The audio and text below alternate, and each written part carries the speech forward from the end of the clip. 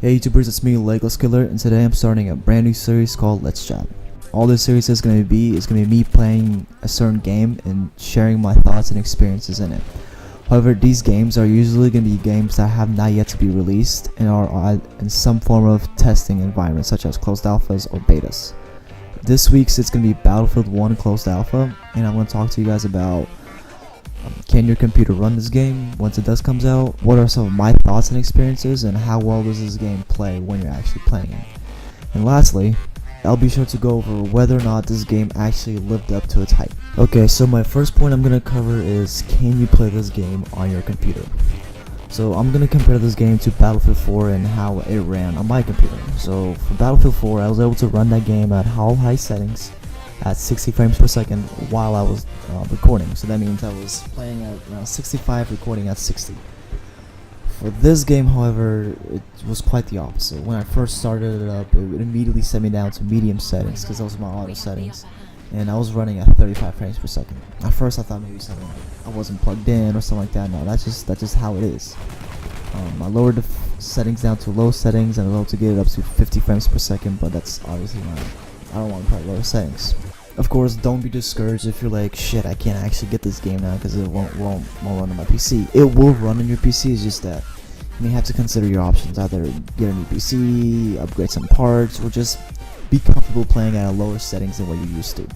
And if you guys are still a bit confused whether or not to actually get this game and confused whether or not your PC can actually run it, I'll be sure to just post some of my specs of my computer down in the description below so you guys can compare and see where you guys stand. And if you guys need help or suggestions on what to do, be sure to let me know in the comment section. My next point I'm going to cover with you guys is what to actually expect while playing the game. For those of you who are not part of the closed alpha but do want to get like a head start on what to expect and stuff like that, I can give you a suggestion of a game that you guys should play called Heroes and Generals. Heroes and Generals takes place in World War I. It uses mainly the same type of weapons and it uses the same type of game style and game mechanics. And for those of you who are die-hard Battlefield fans and just don't want to play any other type of game for some odd reason, if you still want to get like a head start and kind of get a good idea what to expect, start running your weapons with minimal or none accessories whatsoever. And by that I mean, don't equip any type of laser sights or don't equip any type of suppressors, handles, and nothing. Just run your weapons bare, and that will kind of help you kind of get a good feel for what the weapons are going to look like and how they kind of work in Battlefield 1. Now of course this is only give you so much experience. I say this because obviously in World War I they didn't have any type of like holographic sights or had laser sights or anything like that. They just had plain iron sights and it came as it came.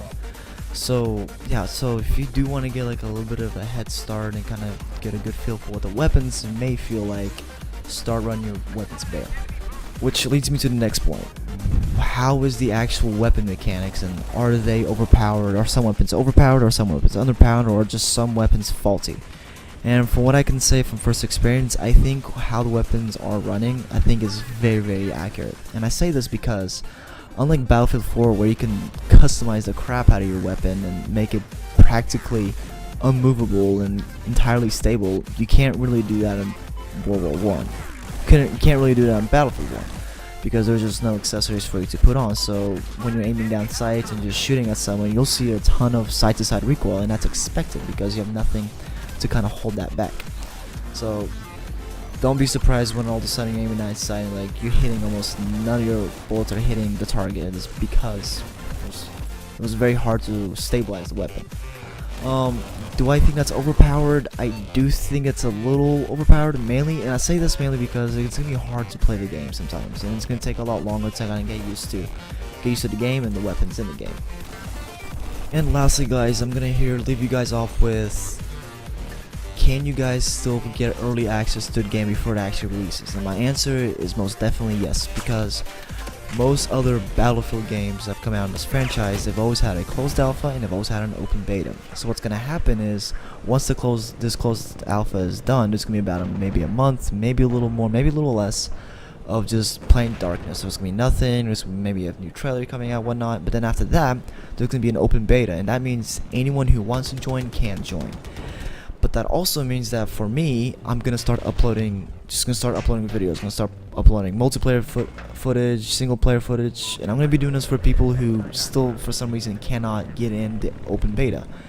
And so yeah, if you guys do want to get early access to this game, keep an eye out for the beta, keep up with the news, and I'll keep you guys informed. I'll do a few more videos, can kind of go in more detail what this game has to offer and more details about each weapon and stuff like that. So all in all, yes, this game is absolutely awesome. I'm looking forward to what it has to offer on the release day. I'm looking forward to the open beta and the fixes and the new updates and whatnot. So yeah, I think, again, DICA, you guys did a great job. I'm looking forward to what you guys have to offer.